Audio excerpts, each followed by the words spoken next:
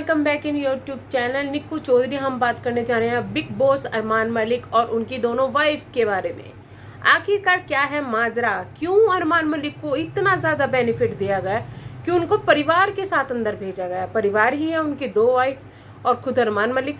यहाँ लोगों का कहना है ये तो बिग बॉस ने पार्शलिटी कर दी यार, ये तीनों तो हमेशा ही एक दूसरे को सपोर्ट करेंगे, तो फिर इनके लिए तो बेनिफिट हो गया। और यही चीज़ कहती हुई नजर आई कौन, शिवानी कुमारी। जब अरमान मलिक ने एंट्री की वो बहुत खुश हुई, लेकिन बीच में बोलती हुई नजर आए कि अरे ये तो दोनों वाइफ को लेकर आ गए।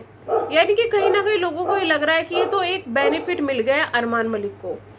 अब अरमान मलिक का एक व्लॉग भी आया है आज की अपने उनके चैनल्स पे। उन्होंने सभी चैनल्स पर व्लॉग डाले हैं मुंबई जाने के बाद के, यानी कि बिग बॉस में एंट्री से पहले के व्लॉग डाले हैं। उन्होंने यहाँ पर ये चीज़ें भी क्लियर कर दी कि क्यों उन्होंने इस बार लोगों को नहीं बताया कि वो लोग जा रहे हैं। आपको बता दें कि इससे पहले सीजन जो बिग बॉस का आया था उसमें इन लोगों का नाम बहुत ज़्यादा आ रहा था, लेकिन ये लोग इशारे भी उस वक्त कर रहे थे, बट ये लोग नहीं गए। तो बहुत लोगों ने इनका मजाक भी बनाया था कि देखो ये तो नहीं गए और इनके दोस्त जो है वो लोग चले गए, तो बहुत मजाक बनाया था।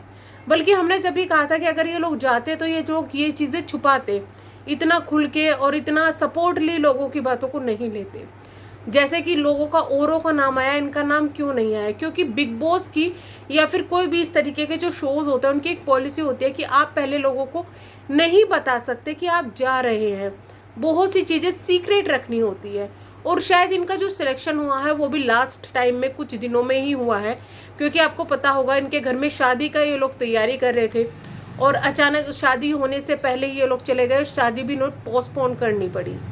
लेकिन इस चीज़ का कहीं ना कहीं इशारा मिल गया था जब इनकी मदर इन लॉ आके रहने लगी थी कि कुछ तो चक्कर जरूर है, ये लोग कहीं जा रहे हैं जिसकी वजह से वो लोग आए। अब इनको इसके बीच में काफ़ी ज़्यादा हेट का भी सामना करना पड़ रहा है, क्योंकि लोगों का कहना ये है कि दोनों ही वाइफ आ गई अपने 3 बच्चों को छोड़कर। छोटे छोटे बच्चे हैं 1-1 साल के, उनको छोड़कर आ गई, सब आ गए। देखिए ये लोग हमेशा बोलते हैं कि भाई ये हमारा काम है।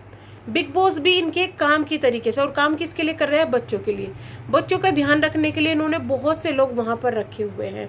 और मेरे ख्याल से तो माँ बाप से ज़्यादा शायद हम लोग या आप लोग कोई भी फिक्र नहीं कर सकता। तो इस चीज़ की फिक्र तो करनी छोड़ ही दीजिए।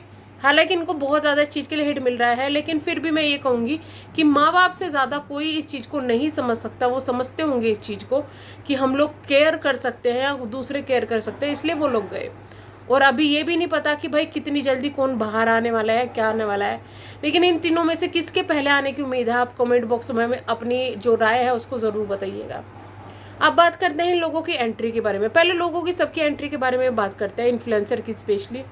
किसी ने ऐसा बहुत तगड़े वाला छाप नहीं छोड़ा है एंट्री के टाइम में। शिवानी कुमारी के लिए तो लोग बोलने लगे कि अरे क्रिंज है, ओवर एक्टिंग कर रही है, बहुत बहुत बहुत नेगेटिविटी उनके लिए आ रही है। इतने ही नहीं, लव कटार के लिए भी नेगेटिविटी, ऐसे लग रहा है कि एक पीआर चल गया उनके खिलाफ, तो कि इतनी ज़्यादा नेगेटिव। अरे तो जोकर है, अभी से ही उसका बहुत ज़्यादा मजाक बना दिया गया है। सना मकबूल मुझे सही लग रही है अगर वैसे ही बात करूँ नॉर्मल में। वड़ा पाव गर्ल मुझे कभी से पसंद नहीं है, और उनको जो एटीट्यूड है वो भी मुझे अच्छा नहीं लगा, तो उनकी भी मैं बात यहाँ नहीं करूँगी। उसके अलावा देखिए सब है अलग, धीरे धीरे पसंद और नापसंद लोग होने लगेंगे इसमें। लेकिन अगर बात करूं अरमान मलिक की एंट्री के बारे में, अरमान मलिक की एंट्री के बारे में वही स्टोरी इन्होंने बताया कि 6 दिन में प्यार और 6 दिन में ये सब। लेकिन कुछ चीज़ें खुल के आई है। पायल ने पहली बार अपना दर्द बयान किया है कि हाँ मुझे बहुत ज़्यादा उस वक्त तकलीफ हुई थी, तब ये था। पायल के आंखों में आंसू भी थे, तो वो एक सच्चाई थी जो पहली बार पायल ने बताई है, अपनी जो खुल के बताई है। वरना अब तक तो नहीं मुझे फ़र्क नहीं पड़ा, ठीक है मैं मान गई थी। लेकिन उन्होंने साफ ये कह दिया कि उस वक्त ये चीज़ मानना मेरी मजबूरी था। और कहीं ना कहीं पायल को इतना ज़्यादा उस घर में दिया जाता है कि पायल एडजस्ट कर रही है, और दोनों ही एडजस्ट कर रही है। कृतिका के लिए यही अरमान ने बोला कि ये दब के रहती है, गुस्से की बात भी कर दी कि भाई गुस्सा ज़्यादा पायल में है, सब कुछ वहाँ पर बताया। साथ में जो सोने वाला बेड वाला शेयर है वो भी पायल के साथ में चुना, कृतिका के साथ में नहीं चुना। उसका क्या रीज़न रहा क्या नहीं रहा वो तो हम नहीं कह सकते, लेकिन शायद अरमान मलिक पायल को वहाँ नाराज़ नहीं करना चाहते थे, या फिर पहले से ही इनके बीच में कुछ चीज़ें वहाँ सेट होकर गई थी जो कि पता ही था। और देखिए कौन किसके साथ सो रहा है, कौन किसके साथ नहीं सो रहा है, इस चीज़ से क्या फ़र्क पड़ रहा है। बेड आस-पास में है, कौन सा इतनी दूर दूसरे कमरे में या फिर उसमें है, तो इस चीज़ से भी कोई फ़र्क नहीं पड़ रहा है। लेकिन यहाँ बिग बॉस की अगर मैं लाइव फीड की बात करूँ तो कृतिका के लिए आज स्टैंड लेते हुए नज़र आए हैं।